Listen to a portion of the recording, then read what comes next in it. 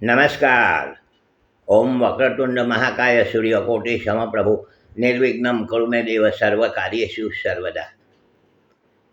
સુખ સમૃદ્ધિ માટેની વાસ્તુશાસ્ત્રની ટિપ્સ એ વિષય ઉપર આપણે વાતો ચાલુ કરી છે.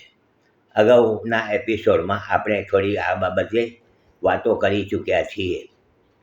આપણા ઘરની અંદર વાસ્તુશાસ્ત્રના નિયમ મુજબ યોગ્ય દિશામાં યોગ્ય વસ્તુની ગોઠવણી કરવાથી આપણને વાસ્તુશાસ્ત્રનો લાભ મળતો હોય છે. આ સામાન્ય વાત કહું છું.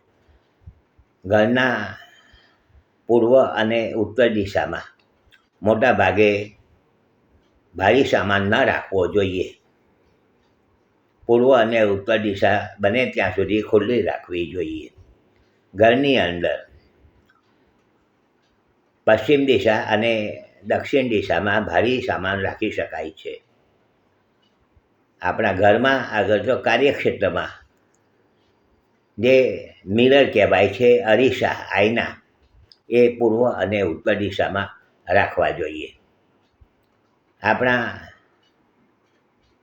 જે બેડરૂમમાં, સુવાના રૂમમાં આપણું માથું દક્ષિણ દિશામાં અથવા પૂર્વ દિશામાં રહે એ રીતે સુવાનું રાખવું જોઈએ.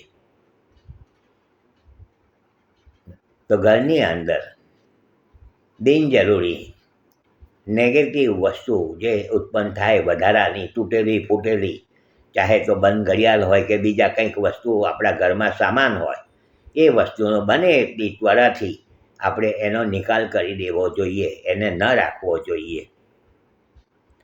તો આપણા ઘરના મુખ્ય પ્રવેશદ્વાર પાસે ઘણી વખત મેં જોયું છે, વાસ્તુના વિઝિટમાં હું જતો હોઉં છું ત્યારે આ બધું નજર કરતો હોઉં છું કે મુખ્ય પ્રવેશદ્વાર આગળ ઘરના જે સભ્યો હોય છે કે બહારના આવે છે તે મુખ્ય પ્રવેશદ્વાર પાસે પોતાના બૂટ ચંપલ ઉતારતા હોય છે. તો આ વસ્તુ યોગ્ય ન કહી શકાય. ઘરના મુખ્ય પ્રવેશદ્વાર પાસે આપણા બૂટ ચંપલ ન ઉતારતા બાજુમાં સાઈડ ઉપર એને ઉતારવા જોઈએ.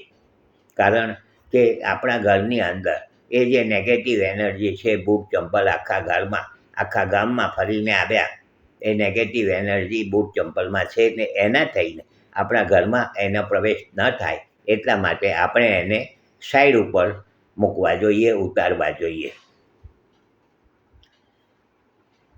તો સાથે સવાર અને સંધ્યા સમય, સવાર ને સાંજના સમયે બની શકે તો ઘરના અંદર ધૂપ અને દીવા અને ધૂપનો કરવાનો આગ્રહ રાખવો જોઈએ. આપણા ઘરમાં સુખ શાંતિ લાવવી હશે તો આપણે આપણા ઈષ્ટદેવને કે આપણે જેને માનતા હોય, ભગવાનને કે કુળદેવતાને, આપણે એને સવાર સાંજ યાદ કરીને એમને પૂજન અર્ચન કરવું જોઈએ, એમને યાદ કરવા જોઈએ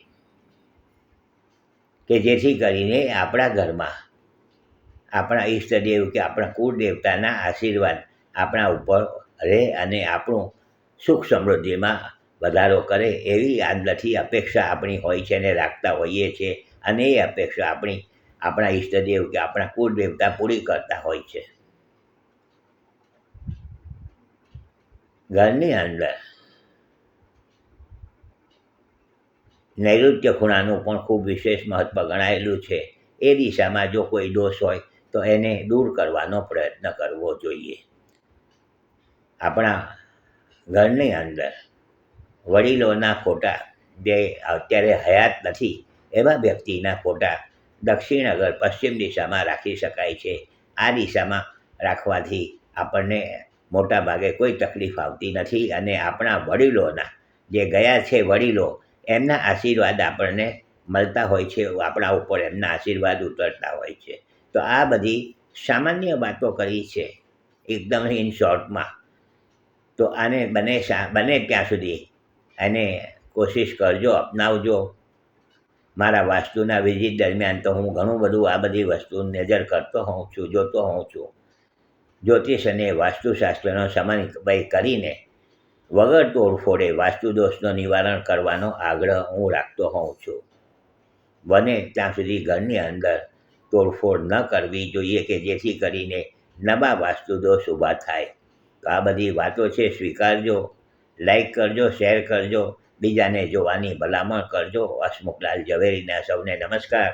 જય શ્રી કૃષ્ણ. ઓમ નમઃ શિવાય.